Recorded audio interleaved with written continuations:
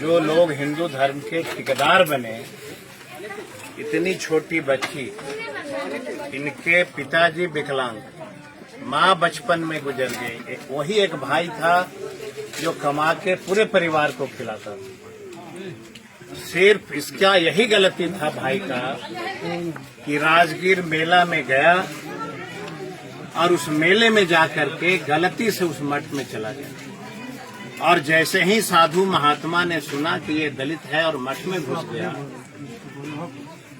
उस बच्चे दोनों को बेरहमी से काटना मारना, मैं समझता हूं कि इससे दर्दनाक घटना बिहार में कुछ नहीं हो सकता है। और सरकार को देखिए, और आपने एक प्रश्न किया चिराग जी का, चिराग वोट का ठेकेदार हो सकते हैं, समाज के पीड़ित परिवारों को न्याय दिलाने का वो ठेका नहीं लेते हैं कभी। अगर न्याय दिलाने का ठेका वो लिए रहते तो बिहार के हर जिला में आधा थानेदार जो है पासवान दलित परिवार से हुआ करता। नालंदा में कोई थानेदार है दलित का परिवार का, बताओ। गया में 63 थाना है, कोई दलित का बेटा है अपना थानेदार, तो बताओ। जब कोई दलित का बेटा थानेदार ही नहीं रहेगा तो इसकी पीड़ा सुनेगा कौन, इसके दुख सुख में शामिल कौन होगा।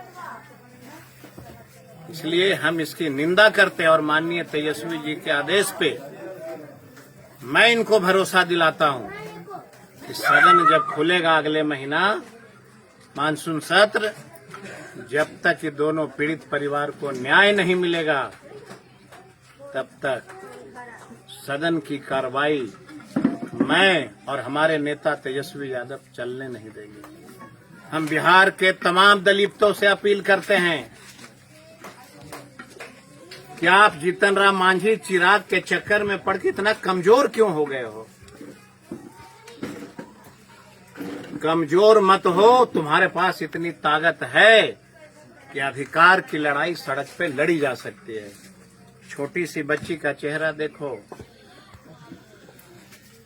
और न्याय की गुहार उस सरकार से लगाओ कि क्या मंदिर मस्जिद में जाने से, क्या मंदिर में और मठ में जाने से क्या कोई आपका मस्जिद मंदिर और मठ अपमानित हो जाएगा? कोई दलित का बेटा अगर मठ में चला जाएगा तो अपमानित हो जाएगा मठ मंदिर। आज भी छुआछूत मान रहे हैं, और बिहार का पूरा जितना मठ है, सारे मठ में सब आरएसएस के लोग हैं।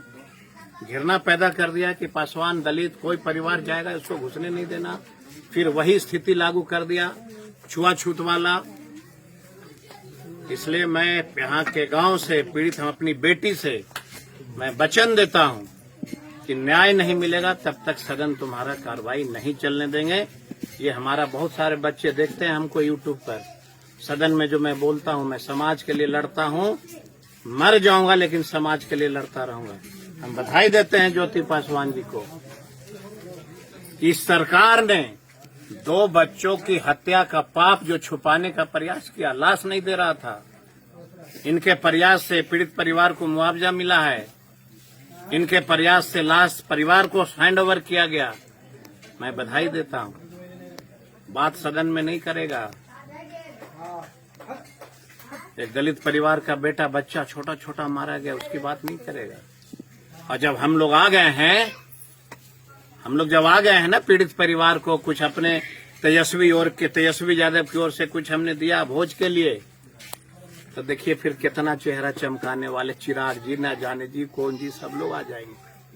वो भी गए उनके हथियार भाग। लेकिन अभी उनके बहनोई आए थे, बोले कि चिराग जी अपने काम में लगे हुए हैं, लेकिन अपने जात को नहीं। कोई दलित पर अत्याचार होता है तो हमेशा अपने काम में लगे रहते हैं। आप लोग नहीं देखे थे विधानसभा में हमने कहा कि रामविलास पासवान की मूर्ति किसी चौराहे पे लगाओ, तो उनके बेटे ने क्या कहा, हमको अपराधी घोषित कर दिया कि हम इसको छोड़ेंगे नहीं, मेरे पिताजी का मूर्ति का कैसे मान कर देंगे। उनका विचार है, उनके विचार में हम और आप कहाँ टिकेंगे। उनका विचार बड़ा उच्च है, उनका विचार इतना उच्च है कि दलितों के नाम पे राजनीति करिए और सत्ता का सुख दिल्ली में भोगिए, उनका उत्तम विचार है। लेकिन तो यहाँ महादलित के पासवान तो मर रहे हैं, लेकिन तो राज कर रहे हैं दिल्ली में। पासवान की गलती है ना। सवाल ये उठता है, अगर उनको ये समझ में आ जाए अशिक्षा है, रामविलास जी को धराशाही करने बिना के पढ़े लिखे लिए, बिना दिमाग का आदमी। रामविलास पासवान को धराशाही करने के लिए बिहार के मुखिया ने दलित और दलित महादलित का बंटवारा किया। 44,000 टोला सेवक विकास मित्र की बहाली हुई। एक पासवानों को फार्म नहीं भरने दिया, ये कह के कि ये दलित है, और दलित भाइयों को लड़वा दिया।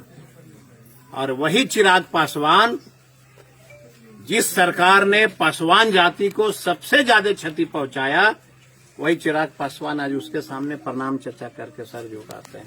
चौकीदारी प्रथा भी खत्म कर दी। चौकीदारी प्रथा खत्म हो गई। बेचारी बेटी हमारी, कौन खिलाएगा इसको,